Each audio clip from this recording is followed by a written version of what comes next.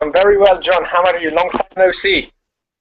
Yeah, long time no see. It's great to see you. So I know I'm the one I'm looking tired because you're ending your day and I just got up, yeah? Well, I'll be honest with you. I literally just got out of bed because I've had a banging migraine all day. But Oh, I have, really? but I have to cook for a dinner party later tonight with my fiance, so I needed to get up anyway. Uh, Wow, well, I'm sorry about that. I hope you've maybe this will be the call that cures it. exactly. That's what I'm hoping for, actually, John. All right, good. Well, we're gonna do that. So we know each other from TEDActive, and this year was another awesome year with awesome people. And Hmm. I mostly wanted to talk to you about I'd love for you to just tell us who you are and what you're up to in life. And then I want to talk a little bit about any difference that TED has made for you and being involved in the TED community and just, what it all means. Okay, yeah, sure.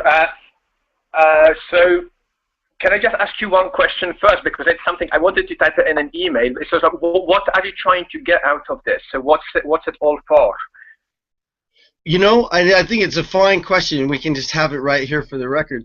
The main thing that I want to get out of this is to just hear the stories of the Hmm. people that are involved with TED, because it's such a diverse community of people who are doing such amazing things. And I Yeah. think the difference that TED makes for actual people on the ground sometimes gets missed when all you see are these perfectly done, kind of sanitized, but wonderful TED Talks. But a lot of the Mhm. human element of what's going on behind it gets missed. Okay, that's fair enough. Okay, yeah, that's a very good point, actually, and I completely agree with you. So, to answer your first question, is who I am and what I'm up to. So, my name is Sami. I currently live in London.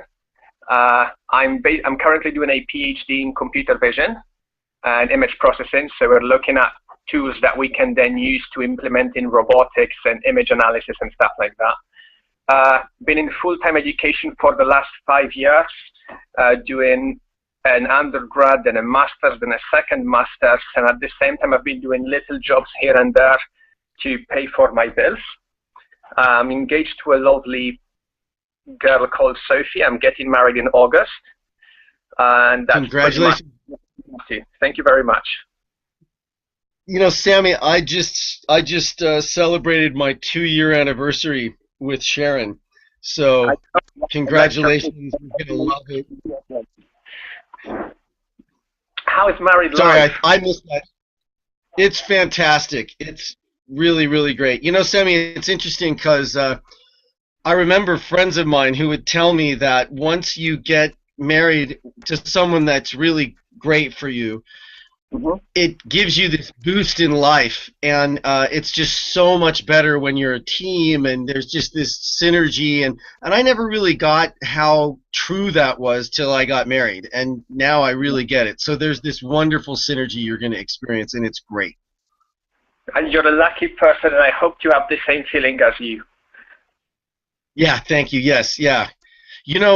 Just as a brief aside, Sharon and I we were invited to speak at TEDx Taiz in Yemen. Yes. So we're leaving on the 13th. Yeah, I spoke to Mohammed in length, actually. So you're going to Yemen soon. Yeah, we're going to Yemen soon. So, she's adventurous and we're making a difference in the world and having a really great time together, and it's wonderful. So, That's, that's great. I'm sure you'll enjoy it. I wish I could go as well. It looks like Mohammed's put a lot of time into it, so I'm sure it will be great. yeah, he is working really hard. Yeah. Well, Okay. so that kind of leads us to the second part, yeah? Yeah. So can you ask it again, because I don't want to answer the wrong question. Yeah, no, no. I mean, and there's no wrong answer. We were just talking about Mohammed in Thais, and I hope I'm pronouncing that right. I'm going to learn how to pronounce it before I get there. Yeah. But he's he's invited me to come speak at TEDx Thais and to see Yemen and to connect with people in Yemen and make a difference for that relationship between countries and people. And you know him, and I know him, and he's in Yemen, and you're in London, and I'm in Los Angeles, and there are all these great connections that have been made all over the world and the difference that's been made for people. So tell us one of your TED stories. Like how did TED make a difference in your life? What's something interesting? Well, I mean, I think probably the highlight will have to be TEDActive, because I got involved in the TEDx community in sort of last year, more or less around this time, about March last year. And I knew the person who organized the TEDx UCL before me very well. And I took over a society that deals with student enterprises from him. And basically they said, well, I've been running TEDx UCL before, I cannot do it anymore, do you want to take it over? At that time, I knew absolutely nothing about TED, so I watched a few things online. I thought it would be a great opportunity, so I did it. And, and for me, it was just pretty much a cool event with good speakers, and, and that was pretty much the end of it. And the reason why I came to TEDActive was simply because I wanted a license to have more people at my TEDx event, not because I was looking for anything else, but I found actually much more than what I was looking for. So I was actually really, really happy that I did. And the people that you meet there, and you find that there's actually a community behind it. It's not just a group of these joint events spaced randomly around the place with no connection and sort of no common interests. And one thing in particular that's really attracted me about TEDActive was, I mean, even now I'm sort of at UCL, which is considered to be like in the top 10 universities in the world. But there's such a variety of people, but I mean, there is people who are at university simply because they want to be at university, because it's a box that they're ticking, but there's just no genuine passion that is shared amongst all people, and it's something that people at TEDActive had. So it's the only time that I've been in a place with hundreds of people, and I could actually feel like I could be friends with every single person in there. So that's one thing that I really liked. And it was just like a very welcoming environment, and so, I mean, I felt comfortable, to share things that I hadn't shared with people before, and that was pretty much the highlight for me. And I'm hoping to bring Sophie next as well. Sorry, I cut you off. What was the last? The last thing was, hopefully, if finances aren't too tight, I'd like to bring Sophie in with me next year as well. Next year she'll be my wife by the time we go there. Yeah, that's great. That's great. Sharon came along with me this year, and she didn't attend the conference, but she got to see a lot of it.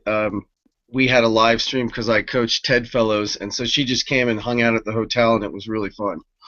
Yeah, I think that's what we might end up doing.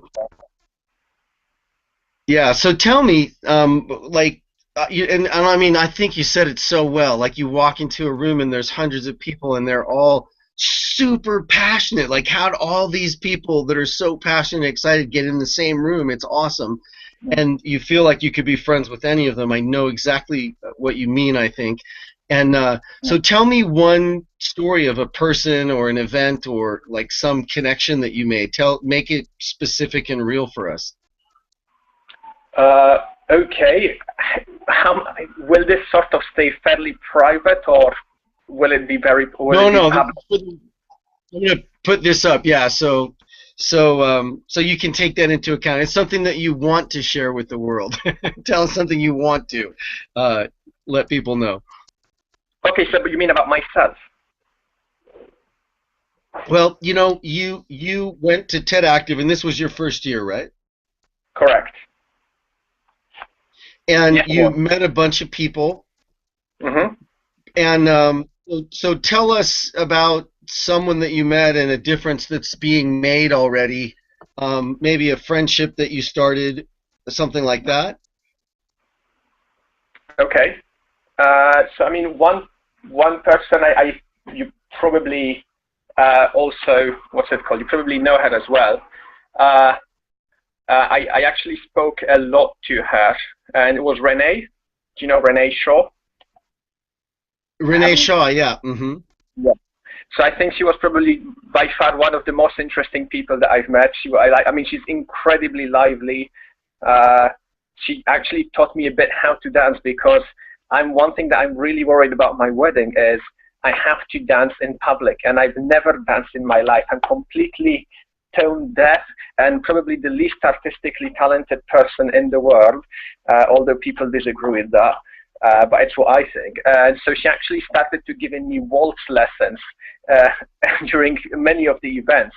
And I think that was really great. And I simply genuinely enjoyed having how big of a vision she had about the changes that she wants to make to the world. And I mean, we've spoken over Facebook even after we've come in. And I think she's a really inspirational character. Yeah, so tell people that are listening who she is. Tell them a little bit about who taught you to waltz.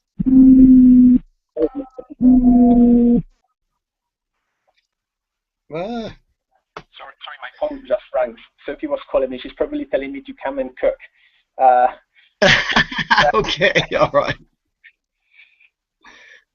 So can you repeat the question again, because I didn't hear what you said?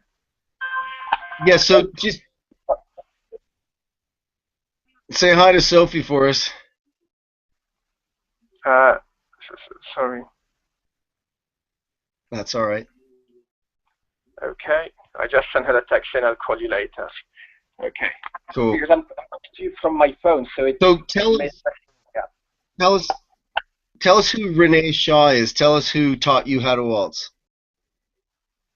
Okay, I don't hear you very well, John. Okay. Let's see. Yeah, and your video's not transmitting here. Yeah, the volume has gone. Give me a second. I think that's probably to do with the fact that I got the calls. Let's see. You're back now. There you go. Yeah. Okay, great. All right. Good. And hopefully we'll get your video. Whoop. Yep. Are you there? Yeah, I'm still here. Yeah, the phone just vibrated. Sorry. Okay, and I don't, for some reason, get your video, so maybe you could get that to come back on, but if not, we can just hear your voice. There we go. There you are. Perfect. So tell us who Renee Shaw is. Tell us a little bit about who taught you to dance, who taught you to waltz.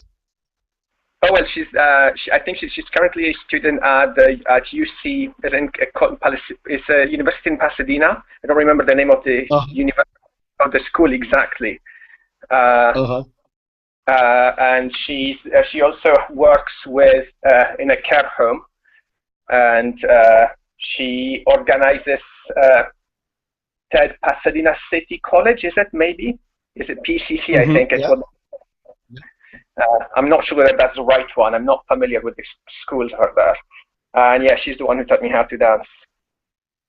Yeah, that's really cool. So there you are with a bunch of passionate people, meeting somebody who you're actually comfortable enough to let teach you to dance, and she's up to big things too. Yeah, exactly. And it wasn't sort of like we went on the side. This was in the middle of the event, like in the middle of the Lincoln event. So it was pretty public. So in a way, like, it's made it a little easier for you to just do anything anywhere. Yes, so I wouldn't say that I was like a shy person before, but I was definitely, I think I'm much less reserved right now, sort of, than I used to be before. And we also spoke a lot about sort of our personal stories, but that's something that I wouldn't be able to share that much. And it's really great to be able to share things and have things told to you. I mean, I was told things by her that I don't know how much she's told other people, and I also told her a lot of my story, which I hadn't told people before. And I think it was just like, even though I only knew her by the time that we for 3, 4, 5 days, I kind of sort of, like, she could be like a confidant in some way. Like I wasn't worried that she'd like go and, write a New York Times article about it and, or take the piss or anything like that. Yeah, yeah. One way I say it is that it's like being at a high school for gifted students where everybody thinks that everyone else is cooler than they are. Yes, that's pretty much I think that's a very good description. Yeah. I mean, So it's really nice. 'Cause yeah, I really felt that way when I went up to TEDx 1242 in Eric's room, because I mean, I kind of yeah. felt like the little person there. Everyone there had like really great stories, and one person that I would still like to catch up with in person is Lydia, because I know she lives somewhere in London, so I need to send her an email or something. I need to poke her. Yeah, if I can help you find her, let me know. Okay, yeah.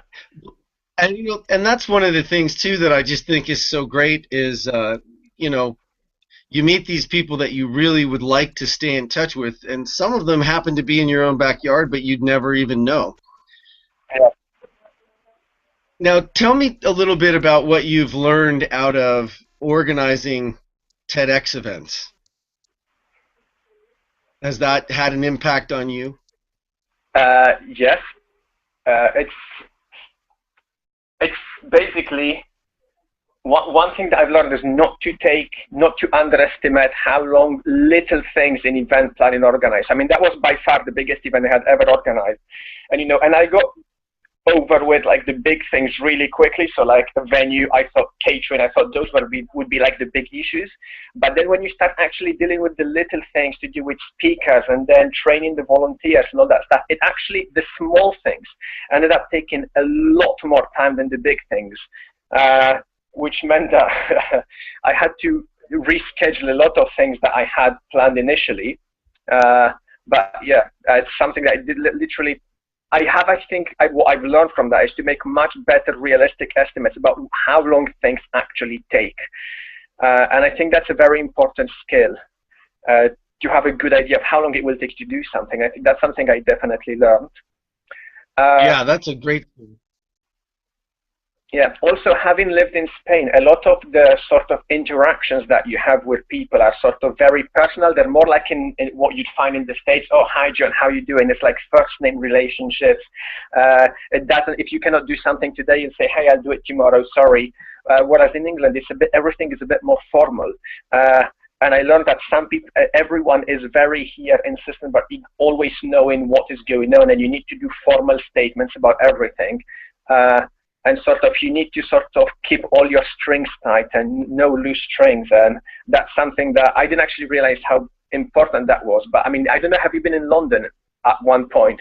And if you go in the underground in the tube, if the train stops for more than 5 seconds, like between stations, you will have a public announcement, someone saying, sorry, we are currently being held in a red signal. We'll be on the move shortly. And the reason is because if they don't tell you why the train has stopped for 5 seconds, then the local authority gets hundreds of complaints by passengers saying, we waited for 10 seconds and we didn't know why we were waiting. And I think that's kind of something that I also experienced. So people really wanted to be up to date all the time. And you needed to keep everyone up to date. And that's something that I didn't expect to have to do it, but I was sort of told I had to learn on the fly. So I didn't actually get any support from people, from someone with TED experience when I did it the first time. So a lot of the things were being learned on the fly. So there's things that, I mean, it did end up working out pretty well, I think, but there's a lot of things that could have been improved. And I think that's something that I definitely also got from TEDActive by having spoken to like hundreds of TEDx organizers. I came with a whole notebook full of ideas about things that I would like to do. I mean, one basic thing that I forgot at my TEDx event is to have a red spot on stage where the speaker stood. And it's such a small thing, but it's such a TED signature thing that I haven't done, Yeah.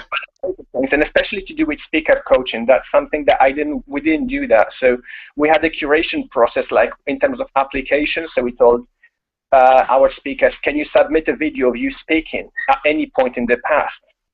And then we selected them based on their previous public speaking experience and sort of an abstract of their talk, but we never actually saw their talk before they went on stage, which is why we had one little disaster with a guy coming up and for 15 minutes he opened a bow tie company and he was trying to get bow ties back into fashion, and he blatantly advertised his company for 15 minutes before choking on stage for a good 20-30 seconds. And then his business partner, who was in the audience, shouted a question at him to try to get him back on track. And he said, "Oh yeah, that's a good question. Thank you very much," and walked out of stage. Now, he had the boss email me 4 hours later to say, "Oh, Sami, I'm really, really sorry about choking on stage. Do you think we could do something in the editing to remove those 20 seconds where I wasn't saying anything?" I was like, I mean, come on, man. The problem isn't the 20 seconds. The problem is everything you said before. Yeah, that's a really great point, Sami, because I train a lot of TEDx speakers, and so many people just miss that. Yeah. I tell people, look, it's not a one-night stand, it's a relationship. Like you're being invited into a really awesome community, and don't come sell everybody. Like if you have a much better chance of selling your book or your bow ties if you come in and just give a great talk. It doesn't have to be about that. Yeah. Yeah, that's true. And so this year we're definitely going to try to get someone on board. Now, unfortunately, because most of the speakers that we're targeting are sort of like high-profile professors, and at the end of the day, we are still students, despite being sort of postgraduate. We're still students with that. And a lot of them have big egos. So I want to find someone that has some sort of pedigree that could add some weight, some credibility to our feedback. So if I go now to like the best professor in evolutionary biology and I tell them, like, tell me to talk by 3 minutes, which is why I want like someone who's done this before. I want a curator with a bit more experience to help me out in this event. In the coming event. It's really good, and I'll tell you something that you can just keep in mind, and it's something that I tell people a lot because I work with some really top people who were going to speak at a TED thing. I say, listen, if you do your same old speech, it's going to be a total disaster. You need to go look at this community. You need to watch some TED Talks. You need to understand what you're stepping into, because it's one of the greatest opportunities of your life. And if you don't do it right, it's one of the greatest disasters of your life, and people get that, but you have to be really clear with them that, like, just because they're a really famous person who's spoken all over the world, or they're the #1 best professor in this thing, it's not a lecture. It's a different format than they're used to, and if they take the time to understand it, then it's going to be a phenomenal opportunity, or if they don't, it'll be really awful. Yeah, exactly. So, I mean, overall, we had some really good speakers. Ironically, well, I don't know. I mean, one of the better speakers was someone whose talk was titled "Sex and the Planet," and his talk got the most views online. But then I actually found out that the reason is probably because it contained the word "sex," and I investigated this a bit. And I looked into search engine optimization. There's actually a lot of corporates out there that include the word sex in their sort of keywords for like, even like big companies like Nike and stuff like that. They will include the word sex in their keywords so that they turn up in searches like up quicker, because it's the single most searched term on the internet. That's so funny. Yeah, so I don't actually know whether it was because people found his talk better or because of the title. So I'd like to have someone in the next event also with one talk with the word sex in it, on the title basically, and see what happens, just out of curiosity. You're making me think maybe we should just change it to TED Sex. Yeah, probably. I mean, I think honestly, if you really want the number of views on your video to go up, just include that word in your title, and you'll boost your views by like 3-4 fold easily. That's really funny. So see, you've learned all kinds of interesting things out of being involved with TED and TEDx and everything. I definitely have, yeah. I also learned how unreliable caterers are. Yeah, that's so funny. Man, that's everybody's experience. The caterers, and then you have to double, triple check the people that are videotaping and recording the event, Yeah, so luckily we didn't have any problem with the recorders. The guys who did the videos are actually really good. And one of our sponsors used to work with a video company who they did loads of recordings for. And our sponsor said, oh, there's actually a video company that owes me a favor. So I'm sure they might actually do your videoing for free. And they actually did, and they did a pretty good job at it. So I didn't have to worry about them. But the catering it did kind of scare me on the day, because they were due to deliver at 12 o'clock. And I called, do you know Pret a Manger, the chain? Yeah, actually I've heard. Yeah, so half of our food came from Wasabi, which is a sushi chain, and half from Pret a Manger that does really nice sandwiches. And so one of the caterers had delivered, and the other caterers was supposed to deliver as well. And I gave them a call. They weren't there. The shop is about a 5-minute walk, and they said, we actually don't have an order on our system for your 700 sandwiches. And I was like, sorry, what? So I called their central office.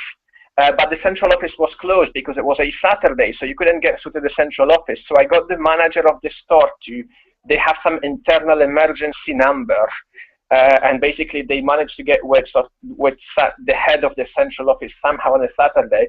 And apparently what happened is the central office,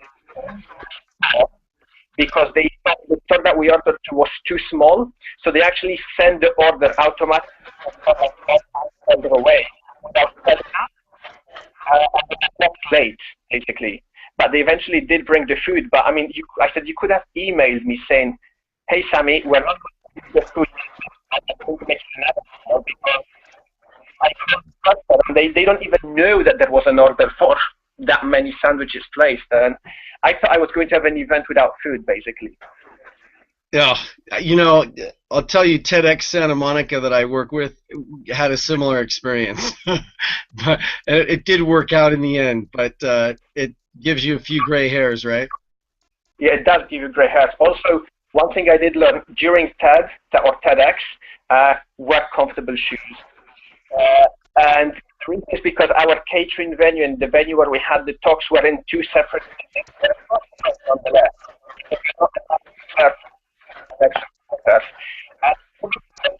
Miles on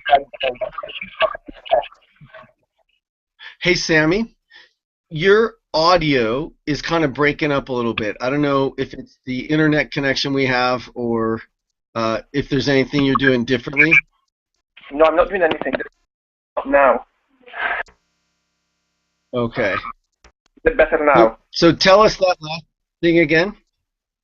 I was saying that one thing I definitely learned from TEDx is during full day events, I need to wear comfortable shoes.